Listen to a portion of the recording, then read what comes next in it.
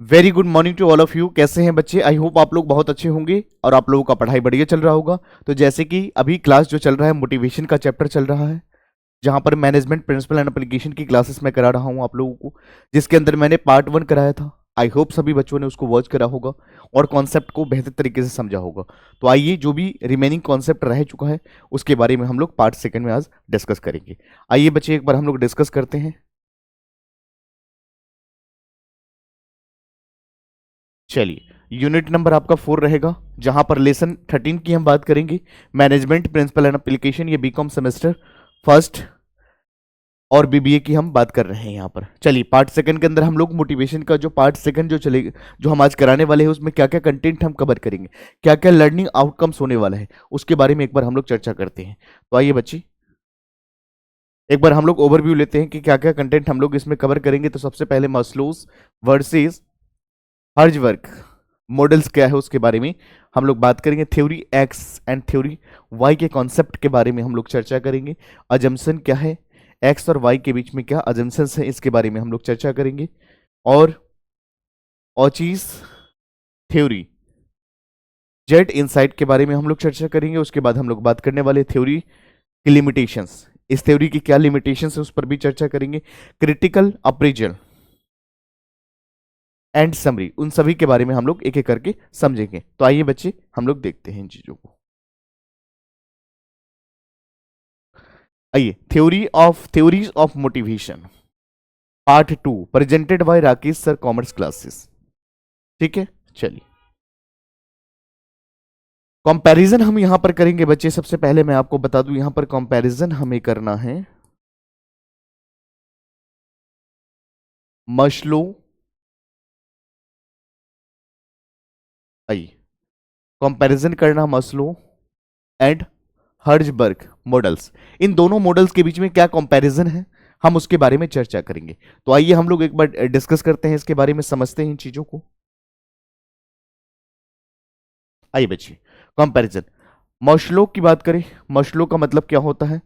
Focus on hierarchy need of starting from basic psychological needs to self actualization, जिसके बारे में already part 1 के अंदर हम लोगों ने चर्चा करा है कि मस्लोज की जो है थ्योरी, हिरार्की थ्योरी, ये कहता है कि हमें स्टार्ट करना पड़ेगा बेसिक नीड, यानी साइकोलॉजिकल नीड्स से लेकर के सेल्फ रियलाइजेशन तक की, जो एक्चुअलाइजेशन तक का जो पॉइंट्स होता है, इन पर फोकस किया जाता है। Each level must be satisfied before motive to the next, किसी भी नेक्स्ट लेवल पे जाने से पहले आपका वो लेवल कंप्लीट होना चाहिए। यानी सबसे पहले साइकोलॉजिकल आपको नीड्स पूरा होना चाहिए। बेसिक नीड्स जब तक पूरा नहीं होगा तब तक आप एक्चुअलाइजेशन की बात नहीं कर सकते हैं। रियलाइजेशन तब करेंगे जब रेस्पेक्ट और रिकॉग्निशन आपको तब चाहिए होगा ना, जब आपके पास खाने के लिए, बेसिक जरूरत को पूरा करने के लिए आपके पास पैसे होने चाहिए, जरूरत को मेंटेन करने के लिए पैसे होना चाहिए। जब तक ये प्रोसेस कंप्लीट नहीं होगा तब तक आप नेक्स्ट पे मूव ऑन नहीं करोगे। ये मस्लो की थ्योरी कहते हैं। जबकि आइए बच्चे, हम लोग देखेंगे यहां पर, जबकि हम लोग बात करेंगे यहां पर हर्जबर्ग, ये क्या कहता है? ये दो फैक्टर के बारे में बताता है। अब दो फैक्टर्स क्या है? एक कहता है मोटिवेटर्स, एक क्या कहता है? मोटिवेटर्स। कोई भी बच्चे जो हमारे ये पार्ट 2 का वीडियोस देख रहे हैं, I request to all of you कि सबसे पहले पार्ट 1 को जरूर वॉच करें, क्योंकि बहुत सारे कॉन्सेप्ट मैंने कराया हुआ है। ये कॉन्सेप्ट भी मैंने पार्ट 1 के अंदर डिस्कस करा हुआ है। आज हम कंपैरिजन बताने वाले हैं, कुछ अलग कॉन्सेप्ट होगा, उसके बारे में चर्चाएं करेंगे, तो प्लीज एक बार उसको जरूर देखेंगे। आइए मोटिवेटर्स के बारे में हम लोग डिस्कस करेंगे। Drive, satisfaction and productivity. हम यहां पर सेटिस्फैक्शन एंड प्रोडक्टिविटी की बात करते हैं, लाइक रिकॉग्निशन एंड अचीवमेंट की बात करते हैं। जब भी यहां पर एक मोटिवेटर्स होते हैं, यहां पर सेटिस्फैक्शन की बात करते हैं, हम यहां पर प्रोडक्टिविटी की बात करते हैं। यहां पर प्रोडक्टिविटी और सेटिस्फैक्शन की बात करें तो रिकॉग्निशन की बात करी जाती है। जहां पर हम अचीवमेंट की बात करते हैं, जहां पर रिस्पेक्ट की बात करी जाती है, तो ये सारे के सारे मोटिवेटर्स के अंदर आते हैं बच्चे। समझ में आ गया? यहां पर जब भी हर्ज वर्क की अगर थ्योरी की हम बात करें तो दो फैक्टर्स आपके माइंड में होना चाहिए। एक क्या होगा? एक आएगा आपका मोटिवेटर्स वाला पॉइंट, और एक क्या आएगा? हाइजीन फैक्टर्स वाला। ये बात का ध्यान रखेंगे, तभी ये हर्ज वर्क का जो यहां पर मॉडल्स की अगर हम बात करें तो ही कंप्लीट माना जाएगा।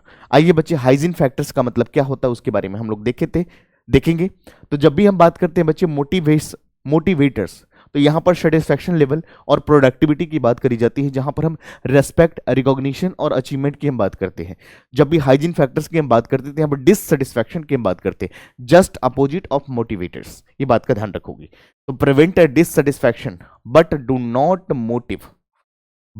Not motive like salary, work और एनवायरमेंट। समझ में आ गया? तो prevent dissatisfaction but do not motivated like salary and work. यहां पर क्या होता है हाइजीन फैक्टर्स के अंदर, एम्प्लॉयज जो होते हैं डिससेटिस्फाइड होते हैं सैलरी को लेकर के। यहां पर अगर हम बात करें वर्क को लेकर के, कंडीशंस को लेकर के, तो बहुत ज्यादा यहां पर समस्याएं देखने को मिलती हैं। ज्यादा एम्प्लॉयज खुश नहीं रहते हैं, हैप्पी नहीं रहेंगे, तो उनकी प्रोडक्टिविटी कम हो जाएगी। बट जहां पर हम मोटिवेटर्स की बात करते हैं तो वहां पर प्रोडक्टिविटी ज्यादा होता है। रीजन बिहाइंड कि वहां पर जो एम्प्लॉयज होते हैं सेटिस्फाइड होते हैं, वहां पर रिकॉग्निशन और रिस्पेक्ट की बात करी जाती है, अचीवमेंट की बात करी जाती है। बट हाइजीन फैक्टर्स के अंदर क्या होता है, डिससेटिस्फैक्शन की बात की जाती है। जब डिससेटिस्फैक्शन होगा एक एम्प्लॉयज को, तो वर्क लेवल या प्रोडक्टिविटी उसका कम हो जाएगा, प्रोडक्टिविटी कम हो जाएगा भाई, प्रोडक्टिविटी कम हो जाएगा। और ज्यादा परेशान रहते हैं यहाँ पर सैलरी को लेकर, वर्क के एनवायरमेंट को लेकर के, यहाँ पर कंडीशंस बहुत सारे होते हैं। तो ये सारी चीजें जो है, ये बेसिक और सिमिलर डिफरेंस है दोनों के बीच में। आई होप आपको चीजें समझ में आ गया होगा। मस्लोस के मॉडल्स और हर्ट्जबर्ग के मॉडल्स की अगर हम बात करें तो यहाँ पर दोनों के बीच में समझ में आ गया होगा। जब भी हम बात करते हैं यहाँ पर मस्लोस की थ्योरी में, तो यहां पर ये कहता है कि सबसे पहले एक व्यक्ति को देखना पड़ेगा उसकी साइकोलॉजिकल नीड से लेकर के यहां पर सेल्फ एक्चुअलाइजेशन तक पहुंचने के लिए एक एक स्टेप उसको कंप्लीट करना पड़ेगा, तभी जाकर के वो कंप्लीट माना जाएगा। यानी ऐसा नहीं कि पहले हम इस पर पहुंच जाएंगे और इसको नहीं, बिल्कुल स्टार्टिंग से लेकर के आप एंड तक आपको पहुंचना है। यही वो कहता मास्लोस की हिरार्की ऑफ अथॉरिटी या थ्योरी की हम बात करें। समझ में आ गया? नेक्स्ट तभी जाओगे जब पहले बिफोर वाला काम आपका कंप्लीट होगा, एक प्रोसेस आपकी हर्ट्जबर्ग की अगर बात करें, दो फैक्टर्स, एक मोटिवेटर्स और एक हाइजीन फैक्टर्स। मोटिवेशन में क्या होता है, सेटिस्फैक्शन लेवल हाई होती है एम्प्लॉइज की, यहाँ पर रिस्पेक्ट की बात करी जाती है, रिकॉग्निशन, अचीवमेंट की बात करी जाती है। यहाँ पर सेटिस्फैक्शन लेवल हाई रहती है तो प्रोडक्टिविटी भी ज़्यादा रहता है। यहाँ पर डिससेटिस्फाइड रहते हैं एम्प्लॉइज काम को लेकर के, वर्क के एनवायरमेंट को लेकर के, कंडीशंस को लेकर के, तो प्रोडक्टिविटी डिमिनिश हो जाता है या डाउन हो जाता है। आई बात समझ में? क्या दोनों के बीच में डिफरेंस क्लियर हो गया? पॉइंट्स बढ़ू आगे मैं? चलिए बच्चे आइए आइए, McGregor's theory of X and Y. चलिए हम इसके बारे में एक बार समझते हैं। थ्योरी एक्स क्या कहता है, यहां पर थ्योरी वाई क्या कहता है, उसके बारे में हम लोग समझते हैं। Assumes employees dislike work and avoid responsibilities, requires authorisations, leadership and strict control to achieve the result. But यहां पर क्या होता है, believes employees find satisfaction in their work under proper conditions, encourages participative leadership and trust employees to take initiative। आइए बच्चे इन दोनों के बीच में डिफरेंस को हम समझते हैं। तो यहां पर जो हम अगर बात करें McGregor's theory X and Y की बात करी, बच्चे यहां पर जब भी हम एक्स की बात करेंगे, ध्यान से इस पॉइंट को समझेंगे आप लोग। जब भी हम इसकी बात करेंगे तो यहां पर थ्योरी एक्स ये एज्यूम करके फोकस करना आप लोग, थ्योरी एक्स ये एज्यूम करके चलता है कि यहां पर एम्प्लॉइज बहुत ज्यादा डिसलाइक होते हैं, क्योंकि यहां पर रूल्स एंड रेगुलेशन स्ट्रिक्ट होते हैं। तो यहां पर अब कोशिश करते हैं कि हम रिस्पॉन्सिबिलिटी से बच सके। तो यहां पर क्या होता है, लीडरशिप स्ट्रिक्ट, एंड यहां पर जब हम बात करते हैं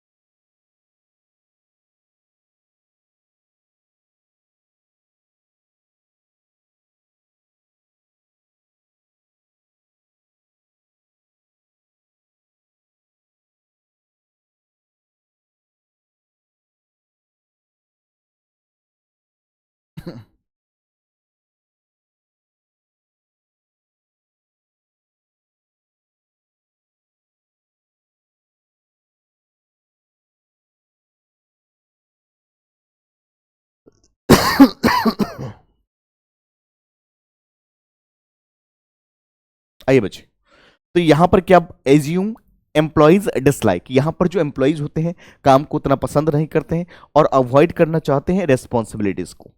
तो क्या होता है, require authorization, authorization, leadership and strict control to achieve result. यहां पर यह क्या होता है, यहां पर एक लीडर्स जो होते हैं अथॉरिटी उनके पास होती है, तो यहाँ पर जो है वो स्ट्रिक्ट रूल्स को फॉलो करना पड़ता है यहाँ पर। तो एम्प्लॉयज चाहते हैं कि हमें अपनी रिस्पॉन्सिबिलिटीज को अवॉइड करें और यहाँ पर उतना ज़्यादा काम को लोग पसंद नहीं करते हैं, तो इनकी प्रोडक्टिविटी कम हो जाती है। बट जब यहाँ पर हम थ्योरी वाई की बात करें तो बिलीव किया जाता है एम्प्लॉयज के ऊपर, यहाँ पर जो एम्प्लॉय होते हैं उनके ऊपर बिलीव किया जाता है कि find satisfaction of their work. यहां पर फाइंड करना होता है satisfaction of their work under the proper condition. यहां पर प्रॉपर वर्क की कंडीशन दी जाती है, प्रॉपर एनवायरनमेंट दिया जाता है और उसके बाद इनकरेज किया जाता है पार्टिसिपेटिव लीडरशिप। यहां पर इनकरेज किया जाता है पार्टिसिपेटिव लीडरशिप की हम बात करते हैं एंड ट्रस्ट बिल्ड वाली बात होती है। यहां पर हमें मेंटेन करना होता है एम्प्लॉइज टू टेक इनिशिएटिव। यहां पर एम्प्लॉय जो होते हैं टेक इनिशिएटिव, यहां पर सोच सकते हैं, समझ सकते हैं, यहां पर इनिशिएटिव आइडियाज ढूंढने का काम भी करते हैं क्योंकि यहाँ पर फ्रीडम है। एम्प्लॉयज इस एनवायरनमेंट में काम करना पसंद करेंगे, बट यहाँ पर एम्प्लॉयज को दिक्कत होती है। बात समझ में आ गया? तो यहाँ पर थ्योरी वाई की बात करें तो यहाँ पर एम्प्लॉयज के ऊपर रिस्पॉन्सिबिलिटी दिया जाता है, उनको फ्रीडम दिया जाता है, तो काम करने में हैप्पी रहते हैं, सेटिस्फैक्शन लेवल हाई रहता है, बट यहाँ पर नहीं होता है। समझ में आ गया? तो ये इसके बीच में कुछ डिफरेंस है, मैं कह सकता हूँ ये इस तरह की theory McGregor's theory X and Y. X में क्या होता है, बहुत ज्यादा रूल्स को फॉलो करना होता है, एम्प्लॉयज अपने अवॉइड करना चाहते हैं रिस्पॉन्सिबिलिटीज को, बट यहां पर ऐसा नहीं होता है। चलिए बच्चे, आई होप आपको चीजें समझ में आ गई होगी, तो चलिए हम लोग आगे बढ़ेंगे। आइए हम लोग एजम्पशंस ऑफ थ्योरी एक्स, हम लोग एजम्पशंस ऑफ थ्योरी एक्स की बात करते हैं। People inherently dislike work and try to avoid it whenever possible when they need to monitored closely, controlled and motivated through external rewards and punishment। कहने का मतलब ये होता है, इसको समझते हैं तो पीपल इनहेरेंटली डिसलाइक वर्क, लोग क्या करते हैं इनहेरेंट नेचर से क्या करते हैं, काम को पसंद नहीं करना चाहते हैं, try to avoid whenever possible, और कोशिश करते हैं जहां पर उसको पॉसिबल हो।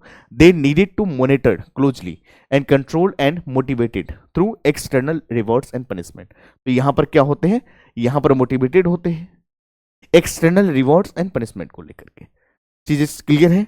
तो यहां पर ये बात का ध्यान रखेंगे कि लोग ऐसा करते हैं कि इनहेरेंटली होता क्या है, जो काम उसको पसंद नहीं होता है उससे उसको अवॉइड करने की कोशिश करते हैं, और जहां पर उनको सेटिस्फैक्शन लेवल हाई रहती है, सेटिस्फैक्टरी लेवल हाई रहती है, जहां पर जिस एनवायरनमेंट में उनको काम करने में सही लगता है उस एनवायरनमेंट को अडॉप्ट करना चाहते हैं। इंसान का ये नियत है। समझ में आ गया? तो चलिए हम लोग आगे बढ़ेंगे। एजम्पशन वाई क्या कहता है, ये इसको देखते हैं। When given the right environment, वही चीज है कि अगर मान लीजिए किसी भी व्यक्ति को, किसी भी एम्प्लॉयज की हम बात करें, यहां पर हम ऑर्गेनाइजेशन का पर्सपेक्टिव से हम बात कर रहे हैं, किसी भी एम्प्लॉयज की हम बात करें तो एक जहां पर ज्यादा रूल्स एंड रेगुलेशंस होती है, या हम बात कह सकते हैं डिसलाइक वाली एनवायरनमेंट जो होती है उसको पसंद नहीं करना चाहते हैं, बट फ्रीडम राइट एनवायरनमेंट जो होती है, यानी when the given right environment people enjoy work, यहां पर काम करना पसंद करेंगे बट वहां पर नहीं कर रहे थे। And she fulfilling creativity and innovation, भाई इनोवेशन इनोवेटिव आइडियाज कहां से आते हैं, जब वो फ्रीडम रहते हैं, जब वो रिसर्च करते हैं, जब R&D करते हैं, जब उसके बारे में सोचते हैं, तो ये सोचना का पॉसिबल है जब उसको फ्रीडम दिया जाता है, जब उसको काम में एंजॉय करते हैं, काम के साथ खेलते हैं, तब जाकर के उसकी क्रिएटिविटी बढ़ जाती है। आई होप जी when employees feel valued and supportive, जब उसको एक अच्छा एनवायरनमेंट मिलेगा, जब उनके एक सपोर्टिव टीम मिलेगा, तभी तो काम होगा बढ़िया। तो ये बात का ध्यान रखेंगे। चलिए बच्चे आइए हम लोग बात करते हैं ऑचीज थ्योरी ऑफ जेड क्या है उसके बारे में हम लोग एक बार डिस्कस करते हैं। आइए बच्चे, लॉन्ग टर्म एम्प्लॉयमेंट की हम यहां पर बात करेंगे, लॉन्ग टर्म एम्प्लॉयमेंट की हम बात करेंगे, और उसके बाद टीम बेस्ड डिसीजन मेकिंग की हम बात करेंगे। क्या होगा? टीम बेस्ड डिसीजन मेकिंग, और उसके बाद होलिस्टिक एम्प्लॉय वेलबिंग। हम यहां पर होलिस्टिक एम्प्लॉयज वेलबिंग की हम बात करेंगे। तो आइए हम सबसे पहले देखें तो लॉन्ग टर्म एम्प्लॉयमेंट की बात करें। Stresses long term employment to build trust and loyalty. यहां पर जब भी हम अगर बात करते हैं लॉन्ग टर्म एम्प्लॉयमेंट की, अगर हम बात करते हैं stresses long term employment to build trust and loyalty. इससे क्या होता है, ट्रस्ट भी बढ़ती है और लॉयल्टी भी बढ़ जाता है। टीम बेस्ड डिसीजन मेकिंग की बात करें, encourages team based decision making and gradable thoughtful evaluations and performance. तो यहां पर जब भी बात करते हैं तो हमें टीम के ऊपर बेस्ड रहते हुए डिसीजन मेकिंग करना चाहिए। तो इनकरेज टीम, हमें टीम को बढ़ावा देना चाहिए, जिससे क्या होगा, हमारा डिसीजन मेकिंग थॉटफुल होगा, वैल्यूएबल रहेगा। होलिस्टिक की बात करें तो prioritise holistic employee wellbeing alongside organisational goal की हम बात करते हैं। तो यहां पर प्रायोरिटाइज करना होता है holistic employees wellbeing alongside organisational goal की हम बात करते हैं। आई होप आपको चीजें समझ में आ गया होगा। तो यहां पर सबसे पहले जब भी हम ऑचिस थ्योरी जेड की अगर हम बात करते हैं तो लॉन्ग टर्म एम्प्लॉयमेंट हमें देखना होता है, सेकंड में टीम के ऊपर हमें काम करना होता है, और उसके बाद होलिस्टिक एम्प्लॉय विंग करना होता है। तो ये क्या है, ऑचिस थ्योरीज जेड का है। चलिए हम लोग लिमिटेशंस की बात करते हैं इस थ्योरी का क्या लिमिटेशंस है उसके बारे में देखते हैं। तो नॉट सुटेबल फॉर, ये सुटेबल इंडस्ट्रीज के लिए नहीं होती है, but that requires for quick decision making and adaptability to changes. यानी it is not suitable for industries at that require quick decision making and adaptability to change, can be challenging to maintain consistency in a fast paced and globalise work environment. तो यहां पर बहुत ज्यादा क्या होता है, जब भी मैं इंडस्ट्रीज के पर्सपेक्टिव से बात करती थी, इसके लिए सुटेबल नहीं होता है, क्योंकि बहुत ज़्यादा चैलेंजेस आपको फेस करना पड़ सकता है इसको कंसिस्टेंसी मेंटेन करने में, क्योंकि ग्लोबलाइज वर्क एनवायरनमेंट में काम नहीं कर पाता है। तो ये इसकी लिमिटेशंस पॉइंट है। चलिए आइए बच्चे, क्रिटिकल अप्रेजल ऑफ थ्योरीज की अगर हम बात करें, इसके क्या प्रोज है और क्या इसके कॉन्स है, क्या प्रोज है क्या कॉन्स है, हम देखते हैं। Offer insight into understanding human behaviour के बारे में आपको बताता है at work. Offer insight into understanding human behaviour at work, help managers create strategies to improve motivation and performance. तो यहां पर सबसे प्रोज की अगर हम बात करें तो offer insight into understanding human behaviour, सबसे पहले इनकी मदद से हम ह्यूमन बिहेवियर को अच्छे तरीके से समझ पाएंगे at work. And help manager create strategy, एक मैनेजर को हेल्प करता है एक क्रिएटिव आइडियाज को या स्ट्रैटेजीज को इंप्रूव करने के लिए, मोटिवेशन एंड परफॉर्मेंस को बढ़ाने के लिए। तो इसके प्रोज है। कॉन्स क्या है, तो यहां पर मैनी थ्योरीज आर आइडियलिस्टिक, बहुत सारे थ्योरी यहां पर क्या आइडियलिस्टिक है, and don't account for individual differences, their applicability में vary depending on cultural and organisational context की हम बात करते हैं। आइए बच्चे, many theories are idealistic and don't account for individual, बहुत सारे यहाँ पर थ्योरी जो है इंडिविजुअल के लिए क्या हो सकता है, डिफरेंसेस हो सकता है। देयर एप्लीकेबिलिटी में भी डिपेंडिंग ऑन कल्चर, ये कल्चर के ऊपर डिपेंड करता है और ऑर्गेनाइजेशन के कॉन्टेक्स्ट के ऊपर डिपेंड करता है। तो ये इसका क्या है, कौन सा है। आई बात समझ में क्लियर है पॉइंट्स, चलिए हम लोग आगे बढ़ेंगे। आइए बच्चे, उसके बाद हम लोग बात करेंगे यहाँ पे समरी ऑफ मोटिवेशन की हम बात करते हैं। तो एक बार देखते हैं, समराइज मस्लोज फोकस ऑन नीड्स, बिल्कुल सही बात है। यहां पर मस्लो जो है यहां पर फोकस कर रहे हैं किसके ऊपर, यहां पर मस्लो जो है फोकस कर रहे हैं किसके ऊपर, नीड्स के ऊपर। मस्लोज की जो अगर मॉडल्स की हम बात करें, फोकस ऑन नीड्स, जबकि हर्जबर्ग टू फैक्टर्स अप्रोचेज मैंने बताया आपको, और McGregor's management style and Ouchi cultural perspectives and highlighted their relevance in modern workplace while acknowledging practical challenges in the implementation। तो यहाँ पर कुछ हमें चैलेंजिंग फेस करना पड़ सकता है इसको इम्प्लीमेंट को लेकर के।